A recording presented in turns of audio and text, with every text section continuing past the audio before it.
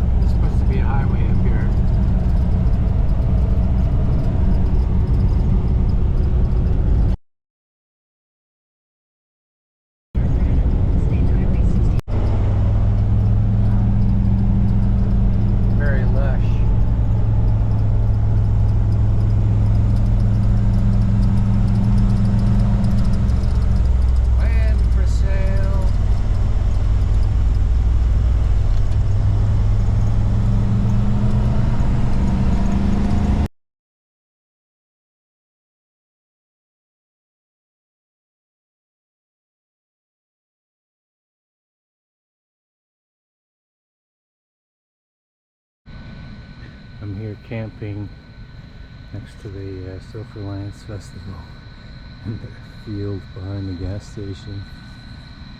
Supposed to be lots of RVs here, but I'm the only one here. The crickets are so loud.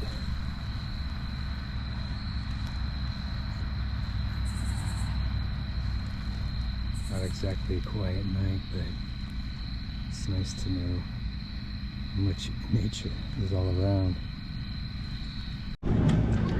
Here at the first day of the Self-Reliance Festival, kind of setting up for different displays, I guess.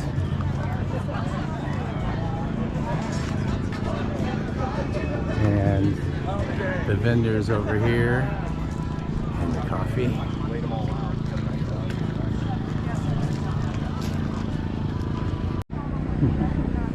Corn mill.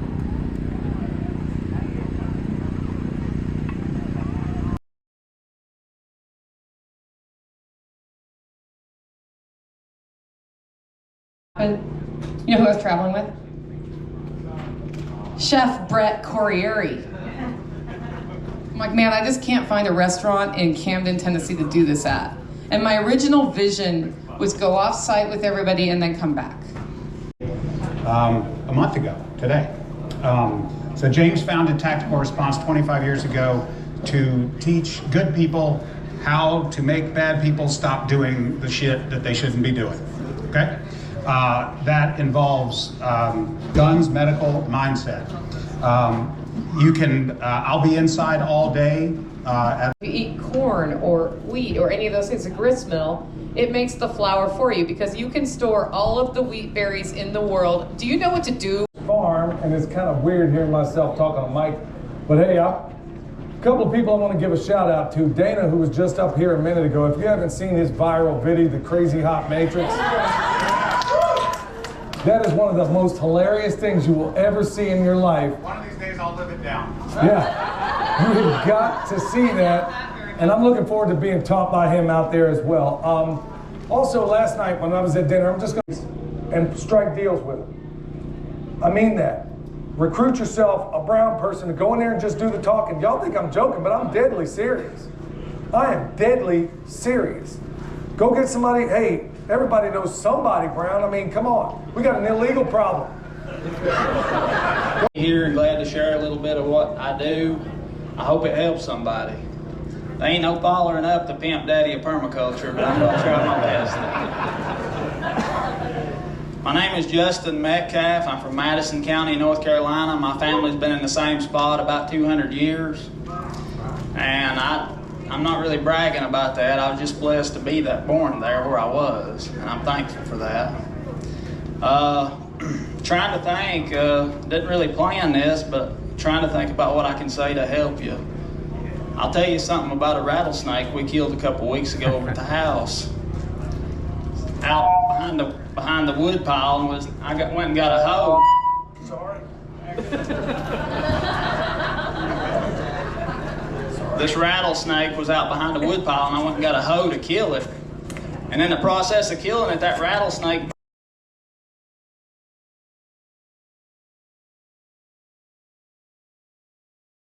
Other benefits to having aquaculture systems. So I will bring that plan up for you, Jack, if you want. Okay, so with that, I'm going to hand it over to Jack Spirko of the Survival Podcast. Is this thing on? Yes, it is.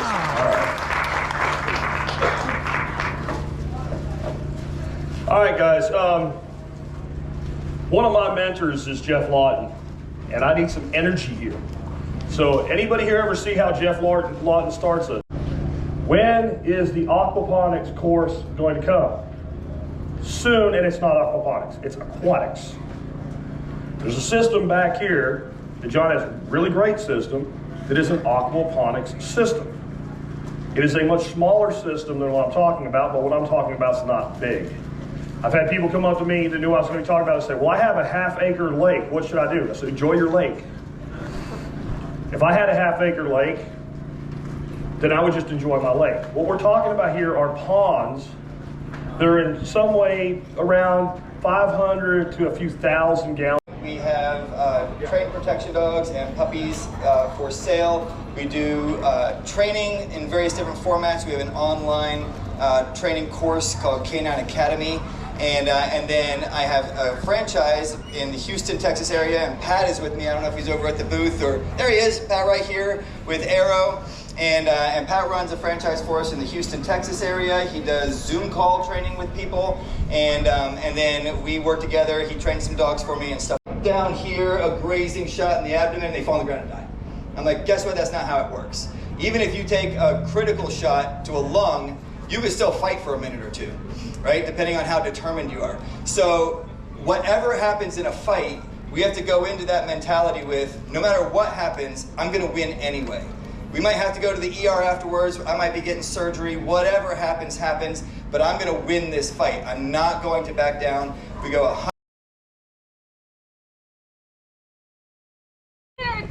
Get him, boy.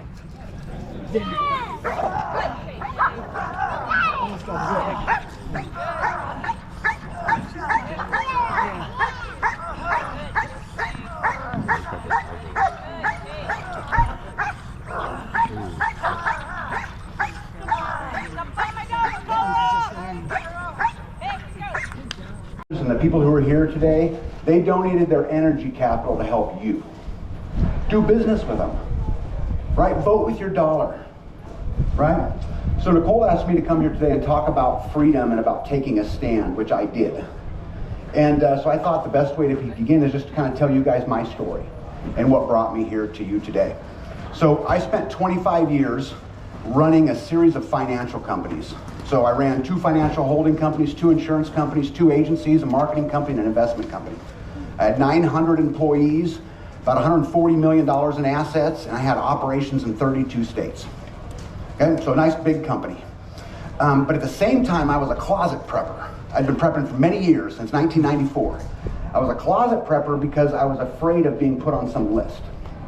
And so I hid behind the scenes, you know, just doing my thing. And, you know, John from SOE is right, one little piece at a time. So as soon as I started to think about, okay, what are the other things that I can do? I knew that community was #1, that I had to go surround myself with a community. I'm gonna tell you why. Currently, right now, today, 70% of my needs on the farm are provided for either by me or the community. Okay, whether that's beef or pigs or chickens, whatever it is, right? 70%, but there's still that other 30 out there that I have to participate in the system, right? In 3 years, and I'm just going to hand it straight over to you. Thank you, Nicole. You guys can hear me? Cool, all right. Do you guys remember those videos that Osama bin Laden used to put out?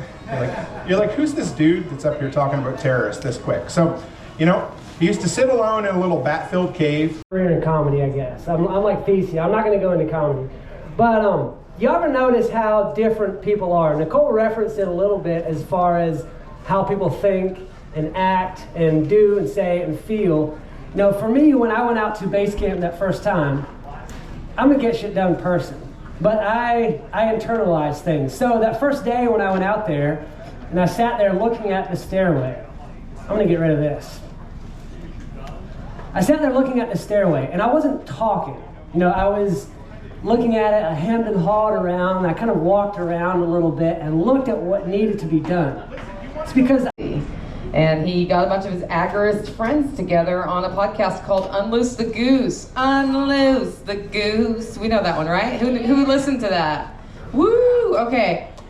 John Bush was one of the geese. He's a fellow goose, and I had heard about him when I worked in public policy. Time when this was easy, just live off Bitcoin, right? Not why not, right? So I heard about him, and I think I probably met him at one of our gatherings in Texas at some point or somewhere in the country, but I don't remember, and he doesn't either, I'm sure. Anything else he really wants to talk to? Also, big thank you to John and Rebecca for making the live stream possible, for having the Zoom folks. Ladies and gentlemen, I want to thank Nicole, John Willis for putting all the energy into bringing these people together. I believe people create success in their lives, any part of your life, whether it's business, relationships, health, growing food, getting off the grid, building community, and ultimately creating real freedom in your lives. I'm also going to share a bit about the Freedom Cell Network. Where are my Freedom Cell people in the room? All right. Well, I got my work cut out for me because I was just hoping to see more hands up. So, let me start my timer here so I don't ramble for too long. Too late. Some limiting beliefs, because in my life I've come to realize that when it comes to getting what we want out of life, living a life of our dreams, living a life in alignment with our values, really the only thing holding us back is ourselves. It's easy to put blame on Biden or put blame on the local government or the relationship or our upbringing. The keto thing. And I embraced that. And I dropped 100 pounds. 100 pounds. And then people started saying things like, dude, you look younger. You look 10 years younger. Hair got grayer. I looked younger. That's interesting. It's by not eating things. But the big thing that makes me love this guy and what he does, this is why I want you to really listen to him. A long time ago, I actually went down the rabbit hole of all this type of natural health, natural healing, things like that. You guys have not eaten today. 4? Now, Well, I just finished the Self-Reliance Festival, and I'm on my way to Cookville tonight. Spend a couple days there, go down to Spencer. Met a lot of really cool people, very interesting. I'm gonna look into possibly doing the hemp workshop in Texas in December. Talk more about that later. I just wanted to mention one thing before I end the video, is that as good as the Self-Reliance Festival was, I learned a lot of things. Meeting the people there was really the best thing about it. And met some really nice people and made some good connections and got information about areas and stuff like that. So that was really cool. So and those are, well, they're friends now. So anyway, just wanted to mention that the community part of it was really valuable.